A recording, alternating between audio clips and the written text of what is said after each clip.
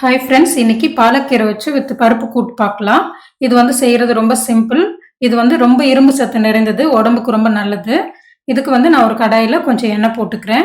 இது கூட வந்து கடுகு, சீரகம், உளுந்து சேர்த்து நல்லா பொரிஞ்சு வர வரைக்கும் வந்து வதக்கலாம். இது கூட வந்து நான் இன்னைக்கு ஒரு காஞ்ச மிளகாய் ஃப்ளேவருக்கு எடுத்திருக்கேன்.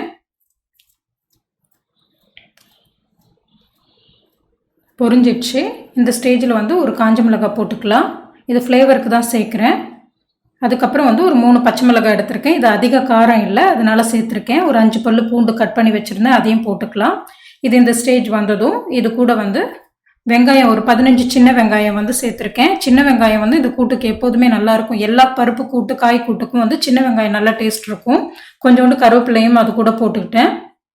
இப்போ வந்து நான் ஒரு 2 தக்காளி வந்து கட் பண்ணி வச்சுருக்கேன். இதுக்கு வந்து இந்த கீரைக்கு வந்து எப்போதுமே பாலக்கீரைக்கு கொஞ்சம் புளிப்புத்தன்மை இருந்தால் நல்லாயிருக்கும். இதுக்கு கொஞ்சோண்டு பெருங்காயத்தூள் போட்டுக்கலாம். இது நல்லா வதங்கி வரட்டும். இது வதங்குறதுக்கு கொஞ்சோண்டு வந்து நான் கல்லுப்பு சேர்த்துக்கிறேன்.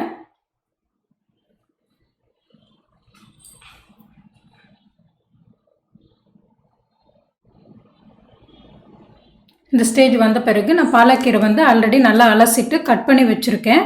அதையும் வந்து நம்ம சேர்த்துக்கலாம். பாலக்கீரை வந்து இந்த ஸ்டேஜில் இப்படி சேர்க்கும் போது இதோட டேஸ்ட் வேறு மாதிரி இருக்கும். நம்ம பருப்பு கூடயே சேர்த்து வந்து இது வேக வைக்கலாம். பட் வந்து அந்த டேஸ்ட் வந்து ஒரு குழகுழப்பு தன்மை கொடுத்துரும். அதனால இது மாதிரி வேக வச்சு ஒரு முறை நீங்கள் செஞ்சு பாருங்கள், டேஸ்ட்டு சூப்பராக இருக்கும். இப்போ நல்லா சுருண்டு வதங்கி வந்துடுச்சு. இந்த ஸ்டேஜில் வந்து நான் பூண்டு, மஞ்சத்தூள் சேர்த்து ஒரு 100 கிராம் பருப்பு வந்து வேக வச்சுருக்கேன். ரொம்ப குழன்னு வேக வச்சிடக்கூடாது. இந்த ஸ்டேஜில் இது மாதிரி வேக வச்சுக்கோங்க. அதை வந்து அது கூட சேர்த்து நல்லா மிக்ஸ் பண்ணி தேவையான அளவு வந்து தண்ணி ஊற்றி நல்லா கொதிக்க விடலாம்.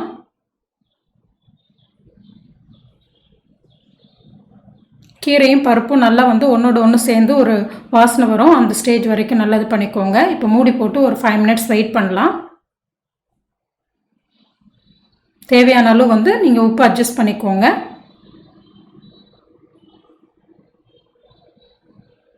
அவ்வளோதான், நல்லா கொதிச்சு வந்துடுச்சு. இந்த ஸ்டேஜில் நீங்கள் வந்து இதை சாதத்து கூட, அதுக்கப்புறம் வந்து சப்பாத்தி கூட எல்லாம் சர்வ் பண்ணிக்கோங்க. இந்த வீடியோ உங்களுக்கு பிடிச்சிருந்ததுன்னா லைக் பண்ணி ஷேர் பண்ணுங்கள். தேங்க்யூ.